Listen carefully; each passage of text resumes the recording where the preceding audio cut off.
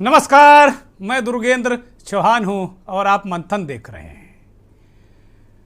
गुजरात का चुनाव बेहद दिलचस्प हो गया है।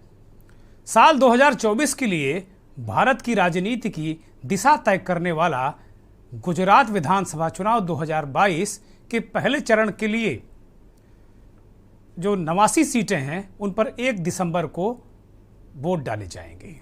गुजरात का चुनाव प्रधानमंत्री नरेंद्र मोदी और उनकी टीम के लिए इस बार ज़्यादा ही मायने रखता है। लेकिन गोधरा की हिंदुत्व प्रयोगशाला से पूरे देश में परचम फहराने वाली भारतीय जनता पार्टी और राष्ट्रीय स्वयंसेवक संघ ने इस बार गोधरा से ही हिंदुत्व की पोथी में एक नया चैप्टर जोड़ दिया है। ये चैप्टर है यूपी के मुख्यमंत्री योगी आदित्यनाथ। योगी आदित्यनाथ देश में, विदेश में, विश्व में हिंदुत्व का सबसे प्रचंड चेहरा, पोस्टर बॉय। चुनाव प्रचार में जहां एक और हिंदुत्व के सबसे प्रचंड चेहरे योगी आदित्यनाथ को भारतीय जनता पार्टी ने उतारा और पहला चरण धुआंधार प्रचार के मायने में रहा, तो पहले चरण में ही रावण, शूर्पणखा से लेकर मौत का सौदागर, औकात, 370, common civil code, uniform civil code, बहुत सारे मुद्दे रखे गए और अपने अपने तरीके से लोगों ने इन मुद्दों को रखा और चुनाव को घुमाने की भी कोशिश की, लेकिन फैसला मतदाता के हाथ है। बड़ा सवाल ये है कि क्या गुजरात के नतीजे 2024 तक की भारत की राजनीति का रोड मैप तय करेंगे।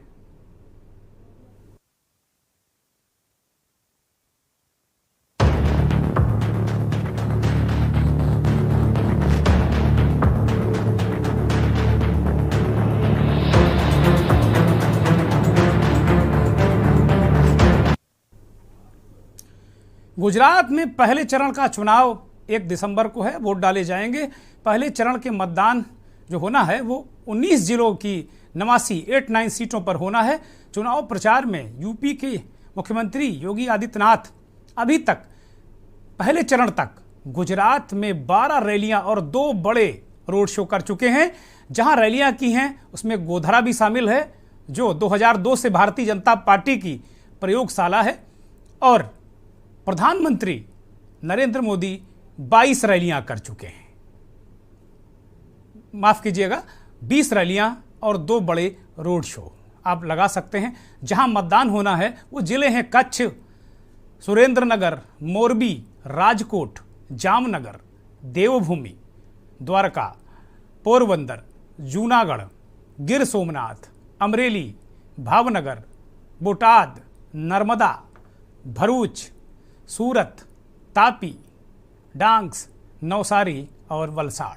ये 19 जिलों में मतदान होना है। यहाँ 89 सीटें हैं और मतदान के एक तरीके से देखेंगे तो कच्छ और दक्षिण गुजरात, सौराष्ट्र, कच्छ और दक्षिण गुजरात में ये चुनाव पूरा हो जाएगा पहला चरण। हालांकि दूसरे चरण के मतदान में कुल 93 सीटें हैं जो 5 दिसंबर को वोट डाले जाएंगे। पहले चरण के मतदान में कुल 89 सीटों पर कुल मिलाकर सामान्य कैटेगरी के लोग 68 सीटों पर लड़ रहे हैं और बाकी रिजर्व कैटेगरी के लोग लड़ रहे हैं। उसमें 7 हैं अनुसूचित जाति के और 14 सीटें ऐसी हैं जो शेड्यूल ट्राइब्स यानी आदिवासी क्षेत्रों के लिए, जो वहाँ के लोग हैं, वनवासियों के लिए, आदिवासियों के लिए, वो शेड्यूल ट्राइब्स के लिए वो सीटें हैं, एसटी सीटें हैं।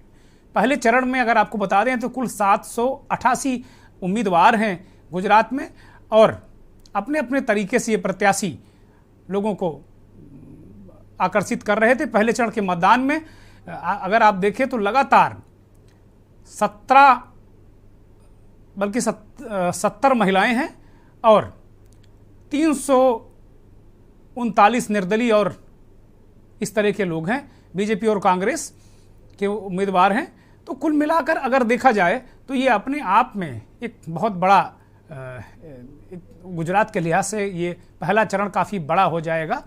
हालांकि सीटों के लिहाज से ये 89 है, दूसरा 93 सीटों का है।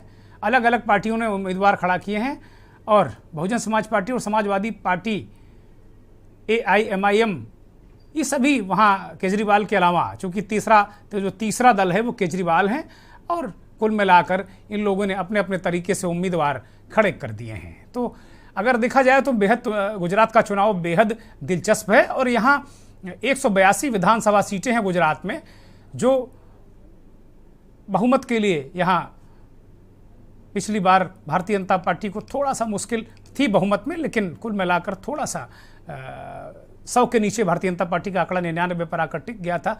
तो वास्तव में और लगातार विपक्ष इसी बात को लेकर मुद्दा बनाता रहा है कि लगातार 2002 के बाद से भारतीय जनता पार्टी का आंकड़ा गिरता रहा है, और इस बार बीजेपी के नेताओं नरेंद्र मोदी जी, अमित शाह जी, उनकी टीम ने कहा कि इस बार 150 पार। माधव सिंह सोलंकी जो कांग्रेस के काल में मुख्यमंत्री हुए थे, उस समय 149 सीटें कांग्रेस ने जीती थी, उस रिकॉर्ड को भी तोड़ने की बातें की जा रही हैं।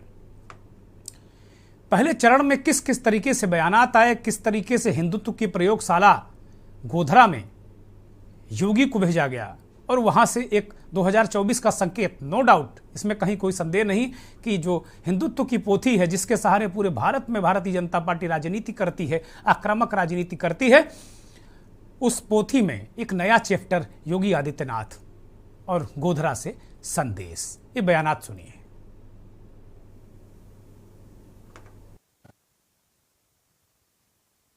याद करिए, 20 वर्ष पहले इसी गोधरा में राम भक्तों को अयोध्या में राम मंदिर निर्माण के लिए अपने आप को बलिदान देना पड़ा था, और प्रधानमंत्री मोदी जी का यशस्वी नेतृत्व और दृढ़ इच्छा शक्ति, जिस प्रकार का यशस्वी नेतृत्व मिल रहा है, आज उसका परिणाम है कि अयोध्या में भगवान राम के भव्य मंदिर के निर्माण का कार्य प्रारंभ हो चुका है। अयोध्या में भगवान राम का भव्य मंदिर भारत की आस्था का सम्मान भी है, और गोधरा के राम भक्तों के प्रति सम्मान का भाव भी है। बिना रुके, बिना डिगे, बिना झुके आज देश की आस्था का सम्मान हो रहा है। अयोध्या में राम मंदिर का निर्माण, काशी में काशी विश्वनाथ धाम का निर्माण, उज्जैन में महाकाल के महालोक का निर्माण, केदारपुरी और बद्रीनाथ धाम के पुनरुद्धार और सुंदरीकरण का कार्य, द्वारिका धाम के पुनरुद्धार का कार्य, भाइयों बहनों, ये सभी कार्य बखूबी संपन्न हो रहे हैं। कांग्रेस की सरकार आतंक को नहीं, मोदी को टारगेट करने में लगी रही। परिणाम यह हुआ कि आतंकियों के हौसले बढ़ते गए। देश के हर बड़े शहर में आतंकवाद सिर चढ़कर बोलने लगा।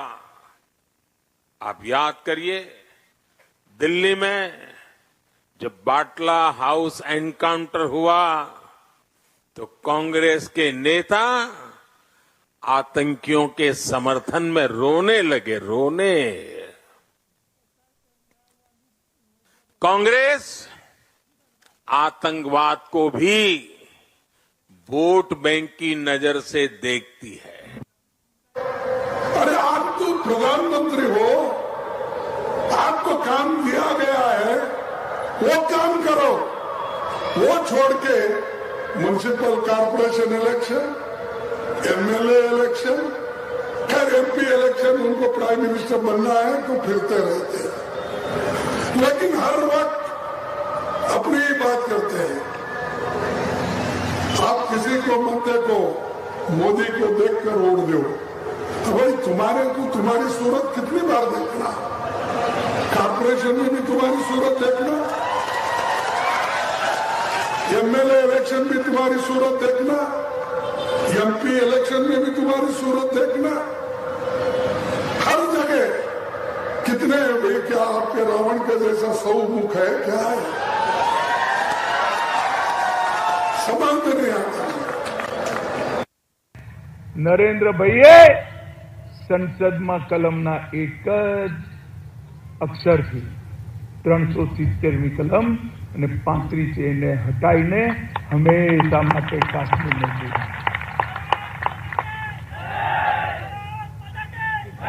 અને મિત્રો आप पार्टी, कांग्रेस, सपा, बसपा, ममता, समता, કોમ્યુનિસ્ટ આ બધાએ હું જયારે બિલ લઈને ઉભો થયો કાઉ કાઉ કાઉ કાઉ કાઉ કાઉ કાઉ ના હટાવશો ના હટાવશો ના હટાવશો.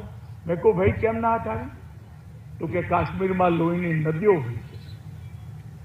અરે રાહુલ બાબા, લોહીની નદીઓ છોડો, કાંકરી ચલાવવાની કોઈની હિંમત નથી થઈ. નરેન્દ્ર મોદી સરકાર છે અને અમે વોટ બેંકની પોલિટિક્સ નથી કરતા.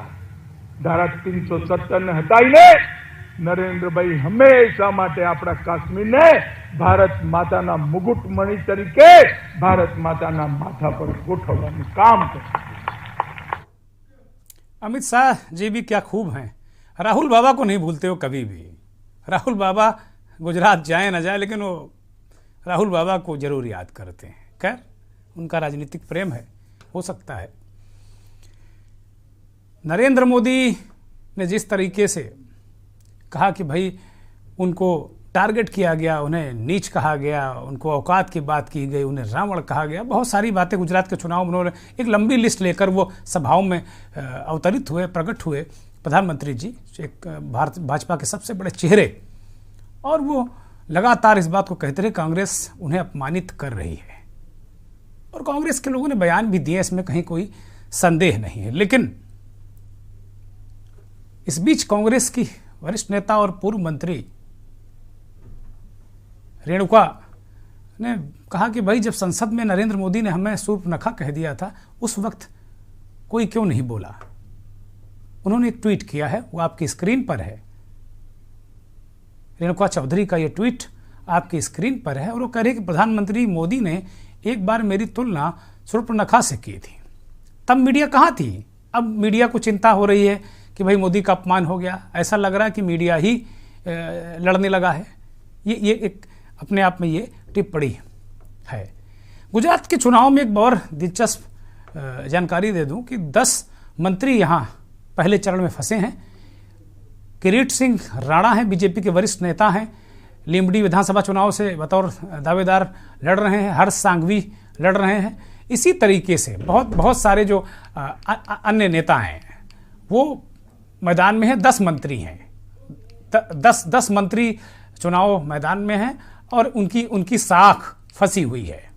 कुल मिलाकर ये अब देखना होगा कि 1 दिसंबर को जब मतदान करेंगे लोग, ये दिग्गज जो मैदान में हैं वो आपकी स्क्रीन पर नजर आ रहे हैं.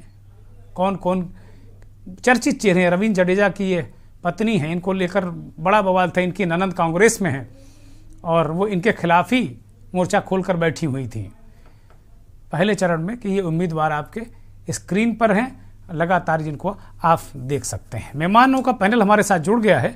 आज चूंकि मंथन में हमने किसी पॉलिटिकल व्यक्ति को नहीं बुलाया है, क्योंकि जब पॉलिटिकल लोग अक्सर आते हैं तो अपना अपना पक्ष रखते हैं, फिर वो वही चर्चा का एक अलग रूप हो जाता है कि भाई हम बड़े या तुम बड़े, ये चलता रहता है. खैर, वो भी जरूरी है, बीच बीच में विचार सबके आने चाहिए. हम एक ऐसे मीडिया की भूमिका में है कि भाई सबको लोकतंत्र में अपनी बात कहने का अधिकार. लेकिन आज चूंकि प्रचार कल ही बंद हो गया था और 1 दिसंबर यानी कल वोट डाले जाएंगे, तो आज हमने गुजरात से, दिल्ली से वरिष्ठ पत्रकारों, राजनीतिक विश्लेषकों को आमंत्रित किया है और सभी ने हमारा आमंत्रण स्वीकार भी किया है. परिचय करा दूं, देश के जाने माने संपादक, वरिष्ठ पत्रकार, पॉलिटिकल एनालिस्ट आलोक भदौरिया जी हमारे साथ जुड़ गए. भदौरिया जी, बहुत स्वागत, बहुत अभिनंदन, बहुत आभार. बिलाल सब्जवारी साहब राष्ट्रीय स्तर पर पत्रकारों की लड़ाई भी लड़ते हैं और पत्रकारिता करते हैं, बहुत ही वरिष्ठ पत्रकार, विश्लेषक. बहुत स्वागत बिलाल भाई आपका. शैलेश जी, बहुत वरिष्ठ पत्रकार, तमाम चैनलों में संपादक, अखबारों में, अभी जुड़ेंगे थोड़ी देर में, हमारे साथ अभी नहीं जुड़े हैं. मध्य गुजरात से अच्छा शैलेश जी भी आ गए. बहुत स्वागत शैलेश जी, बहुत आपका बहुत धन्यवाद. माफ़ी के साथ में मुझे अभी बताया गया था कि शैलेश जी आने वाले हैं. शैलेश जी का भी बहुत स्वागत. निर्मित द्विवेदी साहब वरिष्ठ पत्रकार हैं, बहुत ही वरिष्ठ पत्रकार हैं, गुजरात की नब्ज को जानते हैं, रग रग को जानते हैं, मध्य गुजरात से हमारे साथ जुड़े हैं।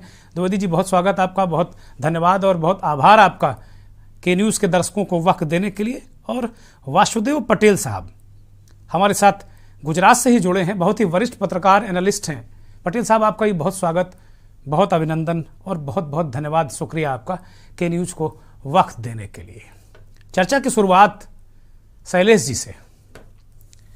शैलेश जी, पहले चरण का चुनाव 1 दिसंबर यानी कल है।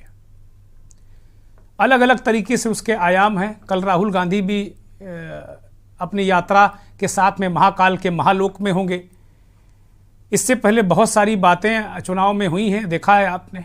एक बात बार बार मेरे दिमाग में क्लिक कर रही थी कि 2002 में हिंदुत्व की प्रयोगशाला गोधरा से जो संकेत और संदेश और परचम लेकर बीजेपी पूरे देश में निकली हिंदुत्व का झंडा लेके, तो वो चारों तरफ छा गई। इस बार संघ और बीजेपी ने उस हिंदुत्व की पोथी में एक नया चैप्टर जोड़ दिया है, योगी आदित्यनाथ। और वो भी गोधरा की धरती को नमन करने गए थे और वहां से उन्होंने तमाम संकेत और संदेश दिए हैं। 24 की राजनीति और गुजरात का ये पहला चरण, इस पर आपकी टिप्पणी शैलेश जी। चौहान साहब, बहुत बहुत धन्यवाद, आपने मुझे इस प्रोग्राम में बुलाया और बहुत सारे वरिष्ठ लोग हैं, मैं उन सब लोगों को धन्यवाद देता हूं कि मुझे उनके साथ होने का एक मौका मिला है। मैं इस बात को बहुत साफ तौर पर रखना चाहता हूं कि बीजेपी को धीरे धीरे ये पता लगने लगा है कि आप जो ये गुजरात मॉडल की चर्चा करके देश भर में जीतते रहे हो, उस मॉडल में कहीं ना कहीं कुछ खोट है, कुछ खामी है। दरअसल गुजरात मॉडल एक है, लेकिन वो आजादी के भी पहले से ही है। गुजरात के लोग जो हैं वो व्यापार करते हैं, बिजनेस में हैं, और इसलिए वो एक समृद्ध राज्य है। जैसे मारवाड़ी राजस्थान के देश भर में व्यापार करते हैं, बिजनेस करते हैं, उद्योग भी लगाते हैं, तो वो एक अलग मॉडल है। अब आप अगर देखें तो जो पिछला चुनाव था गुजरात का, उसमें भी कांग्रेस ने काफी दबाव बना लिया था और बहुत थोड़ा सा ही आगे पीछे से वो छूट गया, यानी 3 डिजिट से कम करके 2 डिजिट पर तो बीजेपी को कांग्रेस ने खड़ा कर ही दिया था। और ये जो महत्वपूर्ण बात है वो ये है कि जो ग्रामीण गुजरात है वो अलग तरह से सोचता है, शहरी गुजरात जो है वो अलग तरह से सोचता है।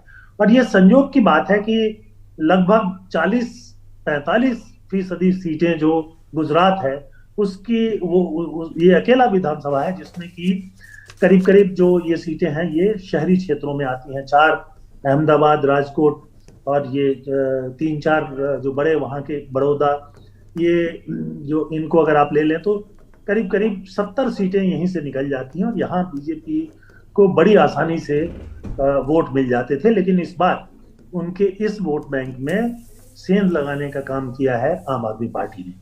तो आम आदमी पार्टी अभी तक तो बहुत सारे लोग कह रहे हैं कि कांग्रेस का नुकसान करने की स्थिति में है, लेकिन बहुत लोगों का मानना यह है कि ये दुधारू तलवार है और कहां से किसको काट दे कहना मुश्किल है। तो जी कंटिन्यू करिए शैलेश जी, अपनी बात पूरी करिए। तो इसलिए मैं इस समय कुछ नहीं कह सकता। आम आदमी पार्टी भी जो है मुख्यतः शहरी लोगों की पार्टी है, लेकिन आप पंजाब में देखिए तो वो गांव में पहुंच गए। जो भी कारण रहा हो उस पर तो अलग से बात की जा सकती है, लेकिन यहाँ पर भी वो जो है अच्छी स्थिति में रह सकते हैं, कम से कम वोट के मामले में, क्योंकि 10-15% उनको वोट भी मिल जाता है, कुछ थोड़ी सी सीटें भी मिल जाती हैं, तो बीजेपी के लिए बड़ी मुश्किल हो जाएगी। बीजेपी का जो पूरा का पूरा तंत्र है उसको एक नई चुनौती का सामना करना पड़ेगा। और इसको देखते हुए ही उन्होंने इस बार योगी जी को पूरी तरह से गुजरात चुनाव में उतार दिया। योगी जी जो है पहली बार गुजरात चुनाव में इस तरह से प्रचार कर रहे हैं, वरना वहां मोदी जी और अमित शाह जी जो है वो सारा काम। शैलेश जी, योगी जी की 12 सभाएं, बड़ी 12 सभाएं, मोरबी, सूरत, गोधरा, बड़े बड़े स्ट्रेटेजिकल जो रणनीतिक क्षेत्र हैं वहां पर, और 2 बड़े रोड शो, और मोदी जी ने कुल 20 रैलियां की हैं जो गुजरात से ही आते हैं वो। जी बिल्कुल सही कहा आपने। और ये जो शहरी मतदाता जो बीजेपी से अलग छिटक सकता था, उसको बांध कर रखने के लिए ही मोदी जी को उतारा गया है। मोदी जी हिंदुत्व का चेहरा तो बन चुके हैं, इसमें कोई दो राय नहीं है। और 17 में उत्तर प्रदेश का मुख्यमंत्री बनने के बाद से उनकी स्थिति जो है हिंदुत्व के चेहरे के रूप में और बेहतर हुई है। तो उनको उतार करके बीजेपी ये चाहती है कि जो गुजरात के लोग हैं वो सिर्फ धर्म के आधार पर वोट करें। हालांकि ये स्थिति नहीं है। अगर आप देखें तो ग्रामीण गुजरात, वहां भी हिंदू ही हैं। कोई गुजरात में ऐसा शायद ही कोई एक आध सीट है जिसमें कि मुसलमान बहुत महत्वपूर्ण भूमिका निभा सकते हैं, हिंदू ही है। लेकिन शहरी हिंदू जो समृद्ध हिंदू है और ग्रामीण हिंदू जो गरीब हिंदू है, जो किसान है, उसका जो रुझान है उसके अलग अलग दिखाई देते हैं। वो राम का सम्मान करता है लेकिन राम के साथ रोटी भी चाहता है। लेकिन ये राम रोटी वाला नारा जो है, जो बीजेपी का पहले एक बड़ा शानदार नारा हुआ करता था, अब उसमें राम रह गए हैं, रोटी गायब है। और इसलिए इनको आगे चलकर समस्याएं तो आएंगी। ठीक बात है शैलेश जी, बहुत बहुत शैलेश जी ने बड़ी, और मुझे भी वो याद आ गया अयोध्या आंदोलन का जो टेम्पो बना रही थी बीजेपी और राम के साथ रोटी जोड़ रही थी। अब रोटी हम लोग भी भूल गए, पत्रकार भी रोटी की बात नहीं करते अब वो भी उनको याद भी नहीं दिलाते कि राम के साथ साथ आपने रोटी की बात भी की थी। वासुदेव पटेल साहब बहुत ही वरिष्ठ पत्रकार विश्लेषक हमारे साथ गुजरात से जुड़े हैं। वासुदेव जी, जमीनी हकीकत और पहले चरण के बारे में आप क्या विश्लेषित करेंगे, हमारे दर्शकों को क्या एक्सक्लूसिव जानकारी देंगे? और जैसा जो हमारा आज मुख्य विषय है, जो केंद्र बिंदु में हमने रखा है कि गोधरा से गांधीनगर तक जो हिंदुत्व की लहर, क्योंकि 27 साल सरकार के बाद भी आखिरी सहारा हिंदुत्व ही है, और नया चैप्टर योगी, जहां तक मैं देख पा रहा हूं कि 24 में ये हिंदुत्व का सबसे प्रचंड चेहरा योगी आदित्यनाथ। इन सब चीजों को लेकर क्या कहेंगे आप वासुदेव जी? गोधरा घटना के बाद 2002 के बाद जो हिंदुत्व का रंग लगा था वो धीरे धीरे धीरे डाउन होता जा रहा है और वो सीटों में भी परिवर्तन करता जा रहा है। 2002 से 2007 में 7 से 12 से 17 में कम आई और 17 में तो 99 तक आ गई। इसलिए हिंदुत्व वाला जो मामला है, जैसे बताया शैलेश जी ने, वैसे रोटी वाला मामला है, ये आगे निकल चुका है। बात ये हुई कि जब मोदी जी ने रेवड़ी पर स्टेटमेंट किया और उसके बाद हिंदुत्व के मैदान पर जो चुनाव गुजरात में हो रहे थे वो महंगाई, भ्रष्टाचार, भूखमरी, इस विषय पर, बेरोजगारी के विषय पर चला गया। और ये विषय करीबन 1.5 महीने तक चला गुजरात में। केजरीवाल और मोदी जी का, केजरीवाल कोई भी जो कहीं ना कहीं प्रजा को बताते थे, लोगों को, कि आपको ये हम देंगे, ये देंगे, तो वही जो नहीं किया था बीजेपी सरकार ने वो करती जा रही। तो धीरे धीरे लोग हैं ये आपके साथ जुड़ने लगे थे और पूरा मैदान है वो भूखमरी, भ्रष्टाचार, बेरोजगारी, इनके पर चला गया। इसलिए जो हिंदुत्व वाला जो मैदान था वो मैदान ज्यादातर क्लियर हो गया। बिल्कुल चुनाव की घोषणा के बाद फिर से हिंदुत्व को उभारने की कोशिश की जा रही है, लेकिन जैसे इन जो राष्ट्रीय नेताओं की जो रैलियां हुई है उनमें जितनी चेयर खाली रहती थी, यानी लोग इस हिंदुत्व के विषय को सपोर्ट नहीं कर रहे हैं, ऐसा दिखाई दे रहा था।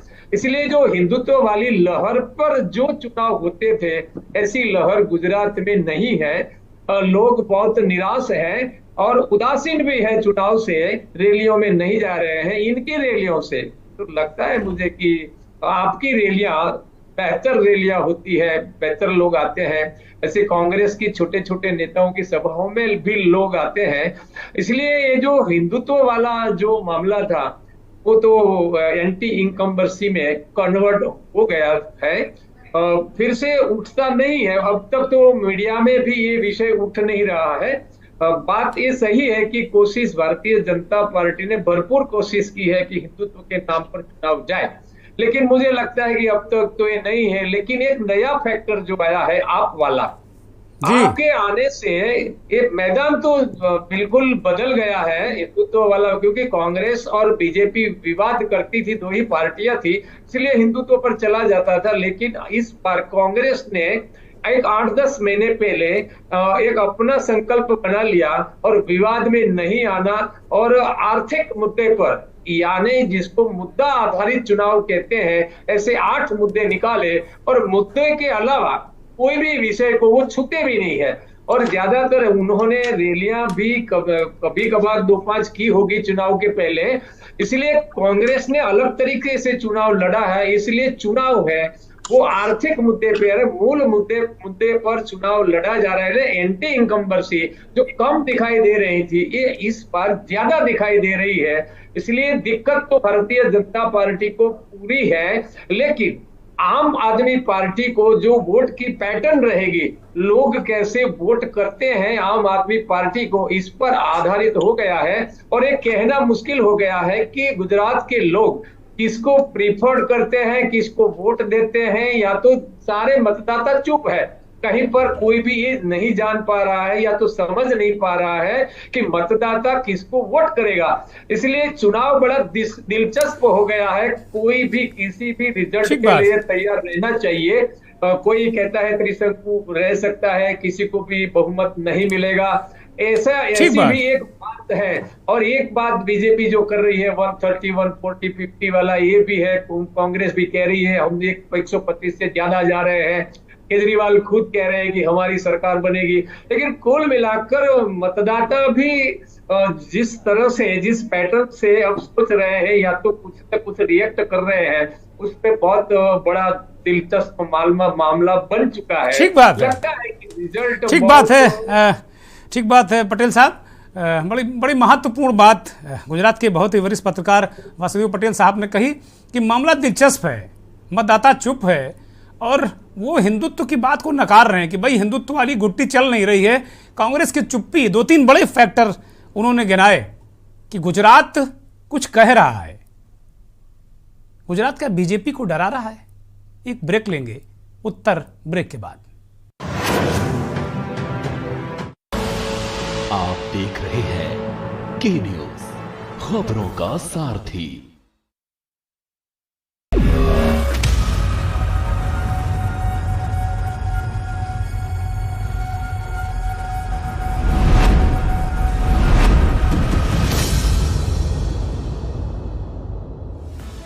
आइए नए उत्तर प्रदेश की क्षमता और असीमित अवसरों से सफलता की नई कहानी लिखें। यूपी ग्लोबल इन्वेस्टर्स समिट 10 से 12 फरवरी 2023। नए भारत के ग्रोथ इंजन उत्तर प्रदेश में निवेश करें। देखें कौन नया खिलाड़ी आया है, समझा देते हैं, प्यार से समझाएंगे। ये तो अपनी जुबान है। जुबान एक हो तो दिल भी एक होने चाहिए। विमल बोलो जुबान केसरी। गोल्डी हिंग का तड़का लगे तो सभी दबा के खाते हैं। गोल्डी हिंग कण कण में जान।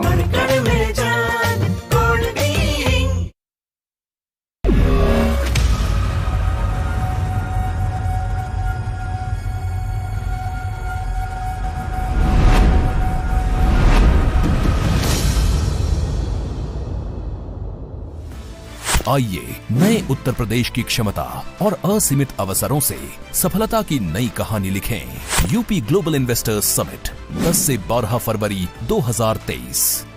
नए भारत के ग्रोथ इंजन उत्तर प्रदेश में निवेश करें। देखें कौन नया खिलाड़ी आया है, समझा देते हैं, प्यार से समझाएंगे। ये तो अपनी जुबान है। जुबान एक हो तो दिल भी एक होने चाहिए। विमल बोलो जुबान केसरी। गोल्डी हिंग का तड़का लगे तो सभी दबा के खाते हैं। गोल्डी हिंग कण कण में जान। आप देख रहे हैं के न्यूज, खबरों का सारथी।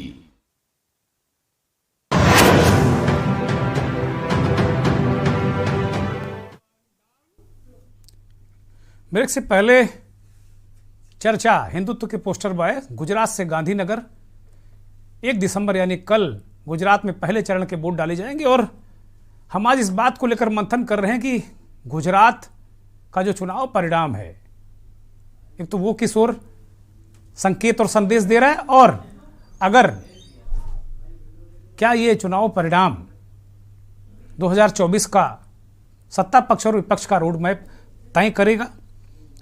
गुजरात के बहुत ही वरिष्ठ पत्रकार वासुदेव पटेल साहब ने कहा कि हिंदुत्व वाला जो प्रचंड हिंदुत्व का मसला था वो अब वहां चल नहीं रहा है, राम के साथ अब रोटी की बात लोग कर रहे हैं और रोटी की बात मुखर होकर कर रहे हैं।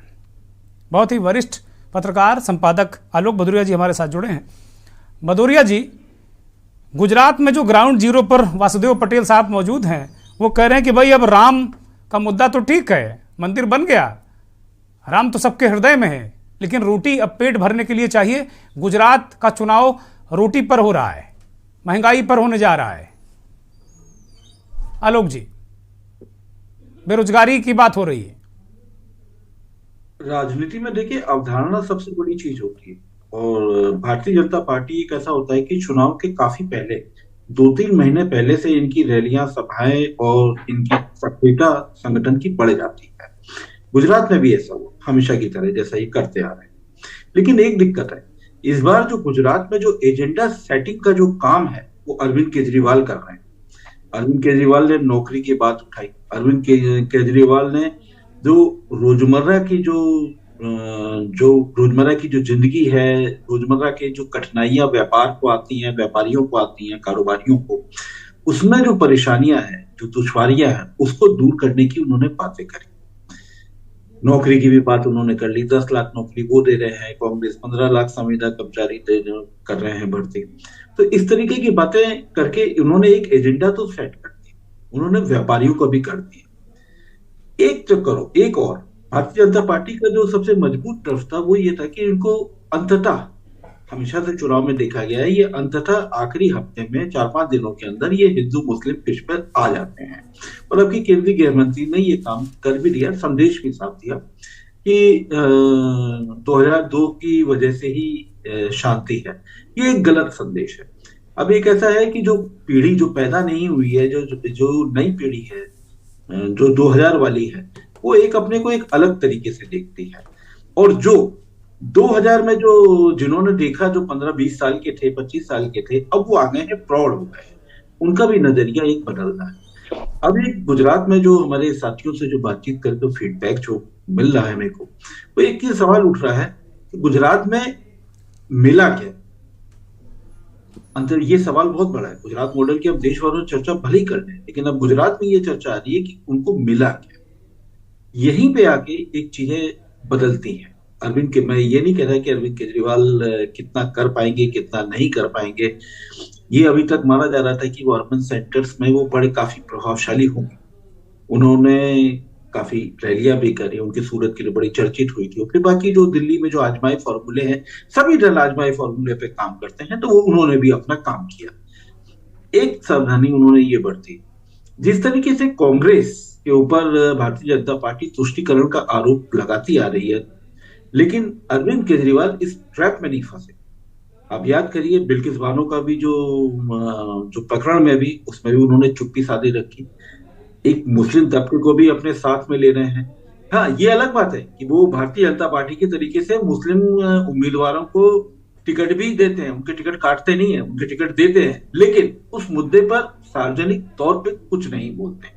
गुजरात में भी चुनाव लड़ रहे हैं, लेकिन बिल्किस बानो पे वो शांति एकदम चुप्पी साधे जी। तो ये एक महत्वपूर्ण मुद्दा है। तो आप ये समझना चाहिए कि समीकरण साधने में वो माहिर हैं।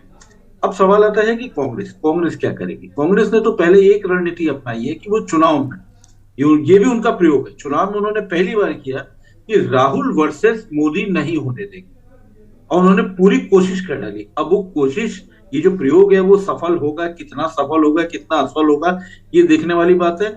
एक चीज और, केजरीवाल का, अभी जैसे शैलेश जी ने बिल्कुल सही कहा कि जब आप कोई वोट लेता है ना, अभी तक ये केजरीवाल को ये बोला जाता था कि ये कांग्रेस को खत्म कर रहे हैं। बिल्कुल ठीक है, मान लिया, लेकिन दिल्ली के चुनाव ने तो बिल्कुल एक अलग साबित किया। नहीं, पहली बार उन्होंने कांग्रेस को साफ किया तो बीजेपी को कितनी सीट मिली? 3। दूसरी बार क्या हुआ? बीजेपी को मतलब 7 सीट मिली। तो ऐसा नहीं है कि कांग्रेस को तो पूरे की तरह खत्म कर दिया, लेकिन बीजेपी को भी कोई सफलता नहीं मिली। मैं पंजाब पे नहीं जाता, क्योंकि पंजाब पे बीजेपी वैसे भी अकाली की बैसाखियों पर सत्ता में थी वो। तो दिल्ली का ये चुनाव, यही चुनाव में मैं शैलेश जी की बात को मैं आगे बढ़ाता हूँ कि वो जो वोट काटेंगे, ये कहना बिल्कुल गलत है कि वो सिर्फ कांग्रेस का ही वोट काटेंगे। वोट कहीं भी काटेंगे। अब पहली बार एक ऐसा हो रहा है, ये कहना कि वो भारतीय जनता पार्टी को ही नुकसान पहुंचाएंगे या केवल कांग्रेस को ही नुकसान पहुंचाएंगे, ऐसा नहीं है। गुजरात में तमाम सीट ऐसी हैं जो 3 से 5,000 वोटों के फर्क पे हैं, और ये फर्क, ये एक चीज मैं और कहना चाहूंगा, ये फर्क बढ़ेगा। एक चीज मैं और कहना चाहूंगा, अरविंद केजरीवाल ने जो राजनीति करी है वो विकल्प की राजनीति करी। वो ये बात ही नहीं कर रहे हैं कि वो कितनी सत्ता में आएंगे, कितनी सत्ता की जो रोटी है उसका कितना शेयर लेंगे, इसकी वो बात ही नहीं करते। वो तो विकल्प की बात करते हैं। यहाँ आके कांग्रेस थोड़ी चूकती है। और जब विकल्प की बात करते हैं तो भारतीय जनता पार्टी परेशानी में तो है, बिल्कुल परेशानी में है। और जहां तक ये हिंदू आइकॉन को चुनाव मैदान में उतारने की बात है, ये इनकी चिर परिचित शैली है। इन्होंने बंगाल में भी उतारा था, सब जगह उतारा था, क्या नतीजे आए थे। दिक्कत यह है कि पत्रकारिता में भी इन नतीजों पर, इन रैलियों पर जो ये भाषण देते हैं ना, इसका बाद में अध्ययन नहीं होता। इनको बाकायदा रिसर्च की जानी चाहिए। ये हिंदू आइकॉन के नेता इतना प्रचार करके गए, इतने रैली करके गए, क्या वोटों में कितने प्रतिशत तो बढ़ावा हुआ? ये भी बड़ा आलोक जी, बंगाल में जहां वो बहुत बहुत कमजोर थे, वहां बराबर मुख्य विपक्षी दल के रूप में आ गए। वो ये वो अपने आप में वो मानते हैं कि भाई हमारा जो हिंदुत्व का मुद्दा है बंगाल में चला। खैर, अब चर्चा बंगाल की नहीं, चर्चा गुजरात की है। और निर्मित द्विवेदी जी मध्य गुजरात से हमारे साथ जुड़े हैं, बहुत ही वरिष्ठ पत्रकार, राजनीतिक विश्लेषक हैं। द्विवेदी जी, पहले चरण को आप कैसे देख रहे हैं? बीजेपी, कांग्रेस, आम आदमी पार्टी एक मजबूत प्लेयर के रूप में वहां पे है, क्या आप ऐसा मानते हैं? देखिए, मैं सबसे पहले तो आप सबसे प्रणाम करना चाहता हूँ। दूसरी बात यह कि आम आदमी पार्टी जब से ये तारीखों का ऐलान हुआ है कि 1 हफ्ते 2 हफ्ते बाद कहीं पे गुजरात में दिखी नहीं, रैली नहीं। केजरीवाल ने शुरू किया अभी पिछले 2 हफ्ते से, यानी 10 दिन से उन्होंने गुजरात में आने का रैलियां शुरू कर दी, तब जाके आम आदमी पार्टी कहीं दिख गई। बाकी जब से ये तारीखों का ऐलान हुआ, आम आदमी कहीं पर गुम हो गया। बात उसकी ये है, गुजरात के लोग थोड़े इमोशनल होते, थोड़े हम भी होते हैं। अभी बात यह है कि गोपाल इटालिया, जो आम आदमी पार्टी का एक नेता है, अभी वो चुनाव भी लड़ रहे हैं, उन्होंने बहुत खरी खोटी कही। और सबसे ज्यादा बात यह है, बड़ी बात, कि गुजरात के पूर्व मुख्यमंत्री और अभी के प्रधानमंत्री मोदी जी को गुजरात के लोग बहुत चाहते हैं। जो सच बात है वही है। तो गुजरात के लोग नरेंद्र मोदी का अपमान सहन नहीं करते, उनकी मां का अपमान किया वो भी सहन नहीं। दूसरी बात रह गई थी तो कांग्रेस ने अभी पूरी कर दी। खड़गे जी ने अभी एक बयान में रावण बोल दिया। 2017 में आला कमान, कांग्रेस के आला कमान ने बताया था कि मोदी के विरोध में कुछ नहीं बोलना है, ठीक है। तो 77 सीट आई। इस बार उन्होंने कुछ नहीं बोला, लेकिन आला कमान जो अभी कागज पे है, आला कमान, वो कागज वाले आला कमान ने रावण बोल दिया। ये बहुत चुभा है। और ये 19 जिलों में, मैं आपको बताऊं, मेरा विश्लेषण जो मैं घुमा हूं, मुझे पता है, मैं जिस जगह पे, जिस जिले में चुनाव है, मैं वहां पे होके आया हुआ हूं, तो मुझे पता है कि इस जगह पे करीबन 4 से 5 सीट आम आदमी पार्टी को मिलेगी, कांग्रेस को 3 सीट या 4 सीट मिलेगी, उससे ज्यादा कुछ। सौराष्ट्र कहा जाता था कि कांग्रेस का गढ़ है, वहां पे भारतीय जनता पार्टी को कम से कम सीटें मिल रही है, लेकिन इस बात की लोगों ने, हाँ, कहीं ना कहीं भारतीय जनता पार्टी अभी घबराई हुई है। क्यों घबराई हुई है?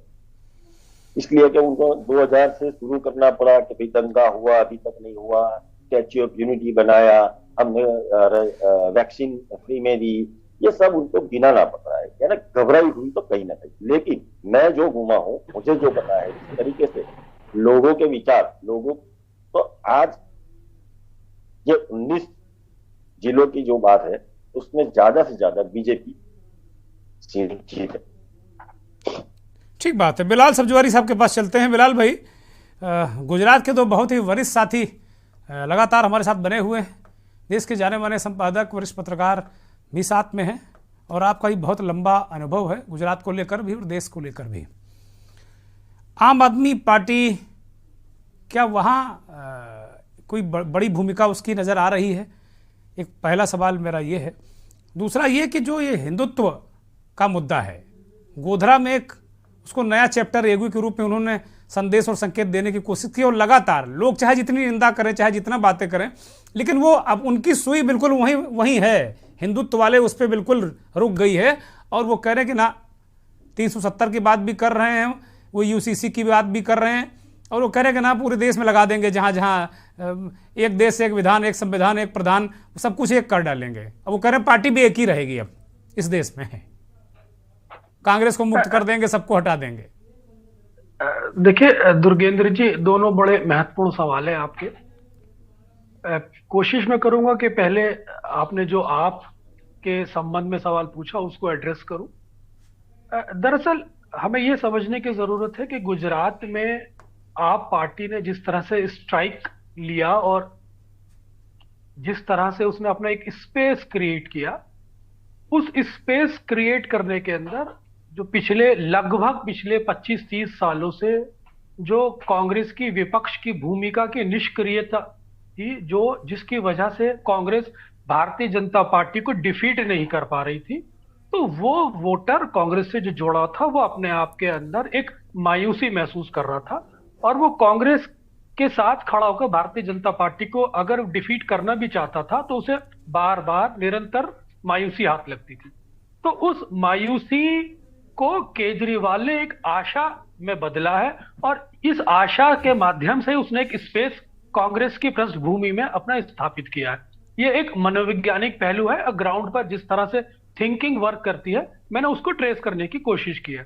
जिस तरह से मैं वहां के लोगों से बात करता हूं, वहां के रिपोर्टर से बात करता हूं और वहां के आम लोगों के भी मैं टच में हूं, तो ये और केजरीवाल जिस तरह से एक शार्प पॉलिटिशियन है, अब बहुत ही कॉन्सेंट्रेट होकर वो चुनाव में जाते हैं और एक स्ट्रेटेजिकल जिस तरह से वो दिल्ली के अंदर एक बुनियादी बातों को उठाते हैं और वो कनेक्ट करते हैं, वो बातें पिछले काफी समय से एक विपक्षी भूमिका होने के नाते कांग्रेस उस तरह से प्ले आउट नहीं कर पा रही थी, जितनी ब्यूटीफुली कांग्रेस आप पार्टी ने उसको एक सेंसेशनलाइज किया और एक नब्ज पकड़ने की कोशिश की और एक स्पेस हासिल किया।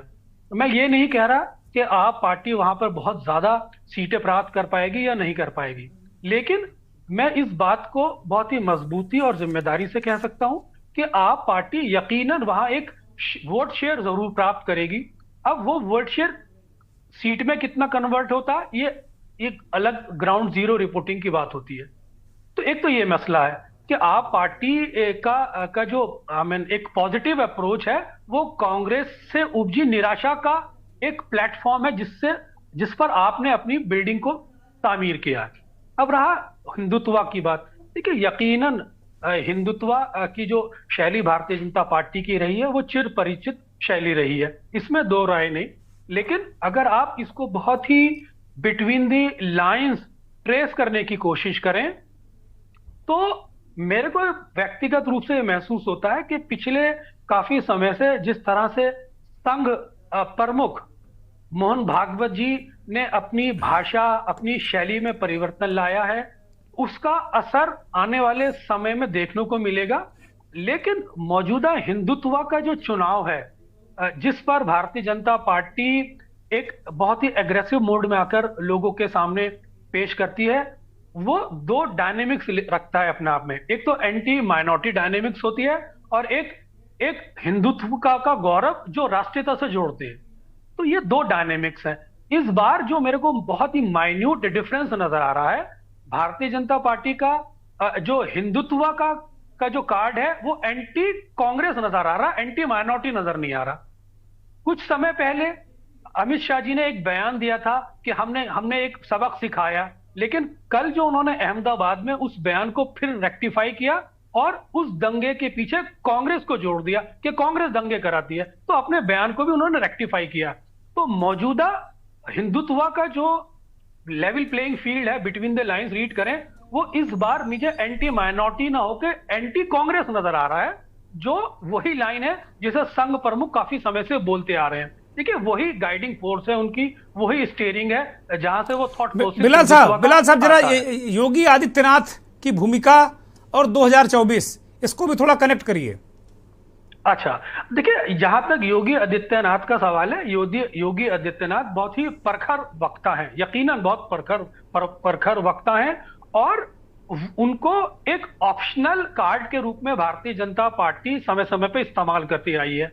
लेकिन कोई ये कहे कि योगी आदित्यनाथ को एक भविष्य का प्रधानमंत्री के रूप में भारतीय जनता पार्टी या संघ परिवार देख रहा है, ये तो बहुत बहुत जल्दबाजी की बात होगी। लेकिन उसकी राह में अमित शाह एक बहुत बड़ा एक कांटा है, वो आसानी से नहीं डेवलप हो पाएंगे। और आपने उत्तर प्रदेश के अंदर, आप तो बहुत गंभीरता से उत्तर प्रदेश की परिस्थितियों को नोट करते आए हैं, किस तरह से योगी आदित्यनाथ के भी पर कतर दिए गए थे अमित शाह ने। तो यकीनन योगी आदित्यनाथ ने भी जो गोधरा की बात की है, उसे राष्ट्रीय गौरव मंदिर या काशी से जोड़ा है, एंटी माइनॉरिटी नहीं जोड़ा। तो ये डिफरेंस है हिंदुत्व में, बहुत फाइन लाइन, जो मैं समझ पा रहा हूं। ठीक बात है, बहुत बहुत बहुत बारीकी से बिलाल साहब ने विश्लेषण किया।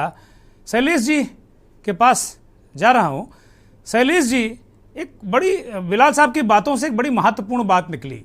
बिलाल साहब कह रहे हैं कि गुजरात में जो बीजेपी ने 27 साल निष्कंटक राज्य किया, वो चाहे हिंदुत्व के दम पर किया, गोधरा के दम पर किया, बार बार अमित शाह याद दिला रहे हैं, फिर वो बयान को रेक्टिफाई कर रहे हैं, फिर थोड़ा संशोधित करके बोल रहे हैं। ये चुनावी स्ट्रैटेजी हो सकती है, ये बहुत मैं इस पर नहीं जाता। लेकिन इन्होंने एक बहुत महत्वपूर्ण बात कही कि कांग्रेस, जो एंटी बीजेपी लोग थे, वो कांग्रेस की अति सक्रियता या यूं कहें निष्क्रियता की वजह से बीजेपी के खिलाफ उस तरह काम नहीं हो पा रहा, तो हर बार वो 3-4 बार से निराश हो रहे थे। लेकिन जो डबल इंजन की बात ये बीजेपी वाले करते हैं ना, तो इस बार जो इंजन है, विपक्ष वाले इंजन में एक इंजन और लग गया, केजरीवाल का। मैं इसको इस तरीके से देख रहा हूं कि क्या ये जो विपक्ष का जो डबल इंजन है, इसे ये क्या काम करने वाला है? क्योंकि अगर जिस तरीके से हम और आप चीजों को देख रहे हैं, उस तरीके से अगर चीजें जमीन पर गई तो जाहिर सी बात है कि बीजेपी के लिए बड़ी मुश्किल नजर आ रही वहां पर। बिलाल साहब कुछ कहना चाह रहे हैं? हाँ, मैं एक चीज अपनी बात में एक एडिशन करना चाहूंगा, अगर आप इजाजत दें। तो एक पॉइंट और रखना चाहता था कि पिछले 25-30 सालों से जो युवा है गुजरात का, वो उसकी जो शिकायतें हैं वो मौजूदा सरकार से हैं, कांग्रेस और आप पार्टी से नहीं है। तो गुजरात का युवा किस तरह से प्ले आउट करता है अपनी उम्मीदों को लेकर, एंटी इनकम्पेंसी को किस तरह से एड्रेस करता है, ये बहुत बड़ा रोल प्ले करेगा। ठीक बात है। और वहां जो अभी एक सर्वे हम देख रहे थे 2 दिन पहले सी वोटर का, वो कह रहे हैं 38% लोग कह रहे हैं बेरोजगारी बड़ा मुद्दा है। शैलेश जी,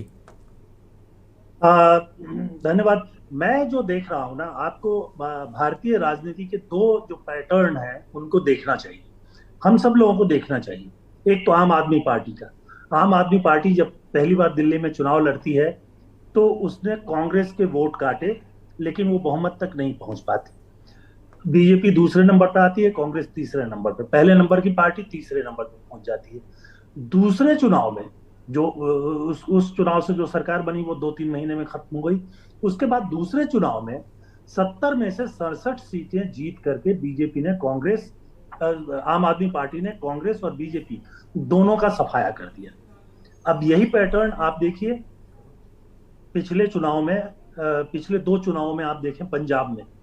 तो पहला जो चुनाव था जिसमें पहली बार आम आदमी पार्टी की उपस्थिति दर्ज हुई, उसमें आम आदमी पार्टी ने अकाली दल और बीजेपी का जो मोर्चा था उसका सफाया कर दिया और वो दूसरे नंबर की पार्टी हो गई। हालांकि कांग्रेस की सरकार आई, उसके पहले अकालियों की और बीजेपी की मिलीजुली सरकार थी। लेकिन उसके बाद के चुनाव में उन्होंने बीजेपी, अकाली और कांग्रेस दोनों को साफ कर दिया और ठीक उसी अंदाज में साफ किया जिस अंदाज में दिल्ली में साफ किया था। सिर्फ एक ही उनके प्रयोग में एक ही राज्य है जो अभी तक ठीक से वो शायद समझ नहीं पाए, वो है गोवा, कि वो नजदीक जाते जाते फिर दूर हो जाते हैं।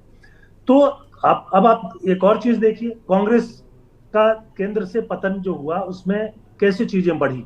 आप 60 67 वगैरह को देखिए, जिन लोगों ने केंद्र में कांग्रेस के लिए वोट दिया, यानी एमपी के लिए कांग्रेस को वोट दिया, उन्हीं लोगों ने राज्य में दूसरी विपक्षी पार्टियों को वोट दिया और 67 ऑनवर्ड्स जो है राज्यों में विपक्षी पार्टियों की सरकारें बनने लगी और होते होते लंबा समय लगा जबकि केंद्र से भी कांग्रेस का सफाया हो गया। तो मुझे लगता है कि गुजरात में जो अभी दिखाई दे रहा है, आम आदमी पार्टी एक सिग्निफिकेंट भूमिका में तो है और जो यूथ है वो अब एक ही चीज को सुन सुन के बहुत समय से जो है वो ऊब चुका है और उस यूथ को शायद आज इस बात की जरूरत है कि कौन उनके रोजगार की बात करेगा। जब रोजगार के अवसर कम हुए हैं तो ऐसा नहीं कि गुजरात में बढ़ गए, चीजें महंगाई बढ़ी है तो गुजरात में चीजें सस्ती नहीं है और ऊपर से जो दुर्घटनाएं हो रही हैं, जिस तरह के तथ्य सामने आ रहे हैं आप देखें, तो ये भी एक जो है महत्वपूर्ण मसला है और इसलिए आप ये पाएंगे कि आम आदमी पार्टी की उपस्थिति से एक नया राजनीतिक समीकरण जो है वो वहां खड़ा हो रहा है और इस चुनाव में हो या ना हो, लेकिन अगले चुनाव तक जो है वो नया समीकरण जो है वो सामने आ ही जाएगा, निश्चित रूप से आ जाएगा और ये हमारे लिए जो है एक महत्वपूर्ण चीज है। जी ठीक बात है, बड़ी बड़ी महत्वपूर्ण बात शैलेश जी ने, वही पंजाब वाली शैलेश जी करें भाई ये प्रयास है, ये सेमीफाइनल है, फाइनल शायद उनका अगला हो, ऐसा शैलेश जी का अनुमान है। पटेल साहब, वासुदेव पटेल साहब हमारे साथ लगातार गुजरात से जुड़े हुए हैं, बहुत ही वरिष्ठ पत्रकार और राजनीतिक विश्लेषक हैं। पटेल साहब, बार बार पिछले चुनावों में 17 के चुनाव में पटेलों को लेकर बड़ा हल्ला था कि भाई पटेल वोट बड़ा निर्णायक और पटेलों का आंदोलन, हार्दिक पटेल बहुत बड़े चेहरे, सब बहुत बड़े पोस्टर बॉय, और ये कहा भी जा रहा है कि भाई हार्दिक पटेल और पटेल आंदोलन की वजह से कांग्रेस बड़ा करीब पहुंच गई थी और सरकार बनते बनते रह गई, कुछ खामियां थी वरना कांग्रेस की सरकार वहां पिछली बार बन गई थी। इस बार कुछ ज़्यादा चर्चा नहीं हो रही पटेलों की, लेकिन दावा सब कर रहे हैं कि नहीं, सरदार साहब की प्रतिमा हमने ऊंची लगवाई कि आपने ऊंची लगवाई। ये क्या आप भी पटेल हैं और उसी कम्युनिटी से आते हैं तो बहुत अंदर तक की बातें आपको पता होंगी। सही है कि भारतीय जनता पार्टी ने पटेलों के साथ या तो नजदीक रहने के लिए सरदार पटेल का उपयोग किया है, नाम का स्टैच्यू भी बनाया है। मूलतः 17 में पटेल आंदोलन जरूर हुआ था, लेकिन पटेलों के वोट हैं वो इतने नहीं डाइवर्ट हुए थे जितना बताया जा रहा है।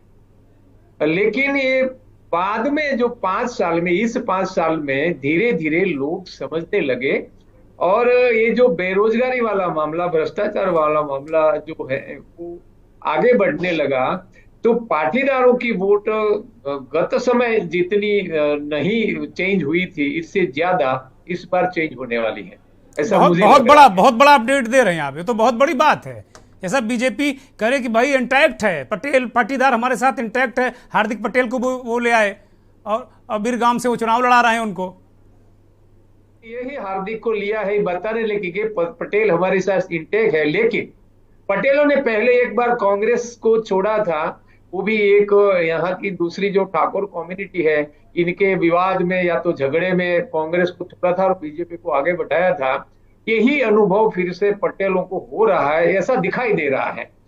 और कहीं ना कहीं ये विषय नीचे यार भारतीय जनता पार्टी ने भी जो स्टैंड लिया है वो पटेलों को छोड़कर ओबीसी की और ज्यादा टिकटें देने की जो कोशिश की है ज्यादातर नॉर्थ गुजरात में, ट्रस्ट में, इसकी वजह से पटेलों में जो एक संकेत जा रही है, तो पटेल इनका कोई जैसे जैसे मानते हैं कि पटेल बीजेपी या पटेल यानी बीजेपी, वो इक्वेशन शायद इस बार इतना कारगर नहीं रहेगा जितना पहले था, ऐसा मुझे लग रहा है।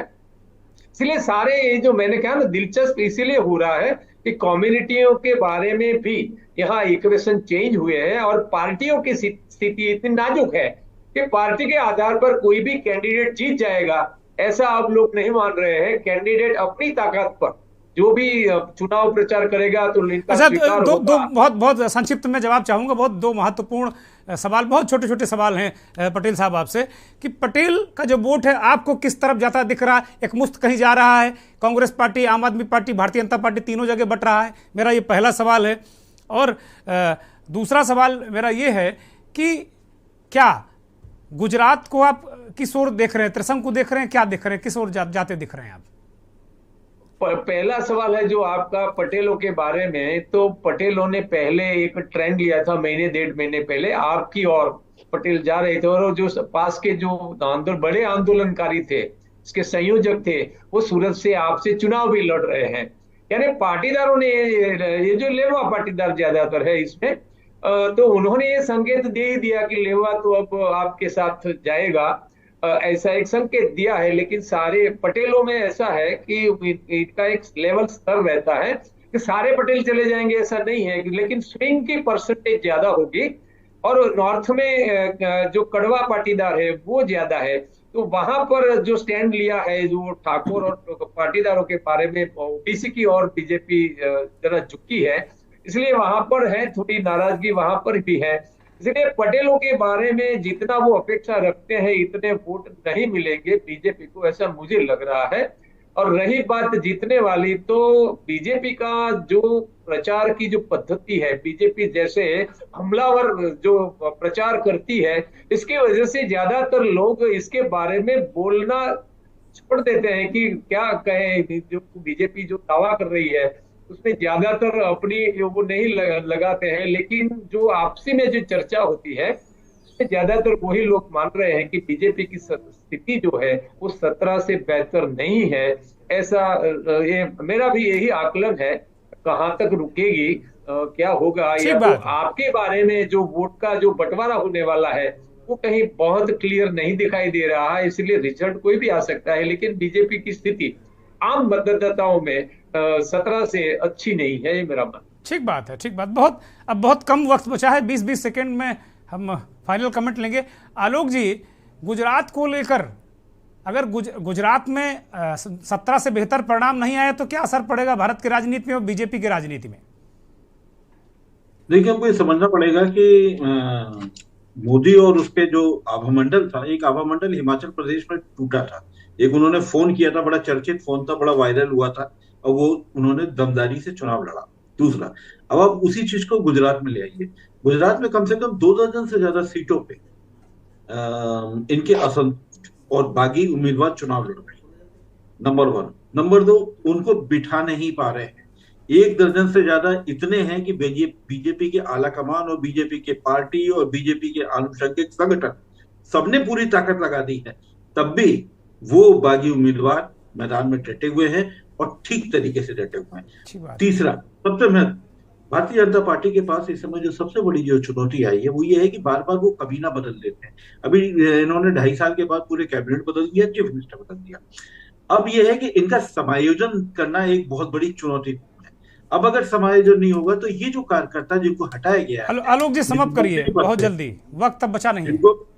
जिनको मंत्री पद से हटाया गया वो कितने सक्रिय हो पाएंगे, ये काफी बड़ी चुनौती होगी। तो निष्क्रिय और असंतोष 2 से इनको जूझना पड़ेगा। ठीक बात है। निर्मल द्विवेदी जी, 20 सेकेंड में क्या स्थिति, क्या परिस्थिति भारत की राजनीति पे गुजरात का जो गुजरात करने जा रहा है उससे भारत की राजनीति को कहां देखते हैं आप?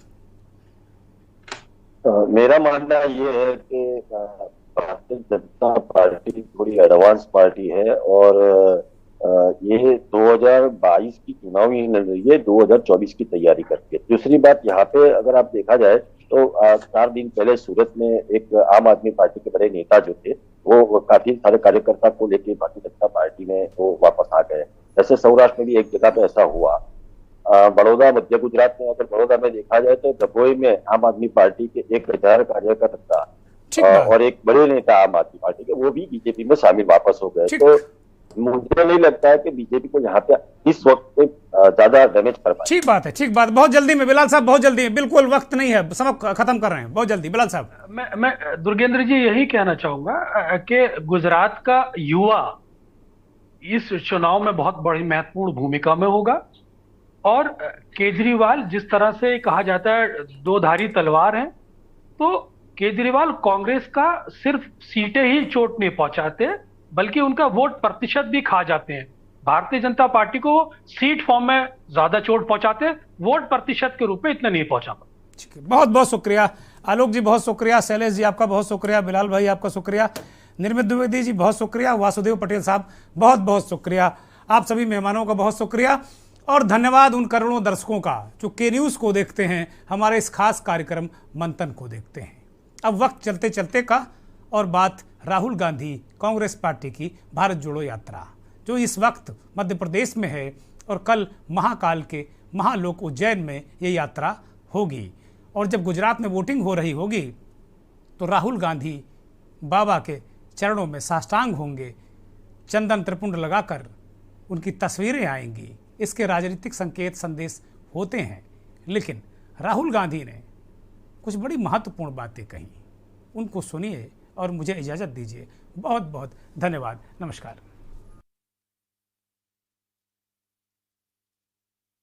संसार के सबसे बड़े तपस्वियों को हिंदुस्तान मानता है। सबसे बड़े शिव जी तपस्वी, कृष्ण भगवान तपस्वी, श्री राम तपस्वी। हिंदू धर्म में तपस्वियों की पूजा होती है, तो इस देश में तपस्वियों की पूजा क्यों नहीं हो रही है? करोड़ों किसान, नाई, माली, इलेक्ट्रिशियन, छोटे दुकानदार, मजदूर, ये सब तपस्या करते हैं, जिंदगी भर करते हैं। जो तपस्या कर रहा है उसको इस देश की सरकार कुछ नहीं देती। 2 लोग, 5 लोग प्रधानमंत्री की पूजा करते हैं और हिंदुस्तान का पूरा धन उनके हवाले कर दिया जाता है। हिंदुस्तान की सरकार का काम जो तपस्या करता है उनको फल देने का है और कोई काम ही नहीं है इस सरकार का। बीजेपी के लोग भगवान के सामने हाथ जोड़ते हैं और फिर जो इस देश में तपस्या करता है उसको खत्म करते हैं। तो जब ये लोग इस देश की तपस्या से चोरी करते हैं तो ये देश के भविष्य को नुकसान पहुंचाते हैं। आप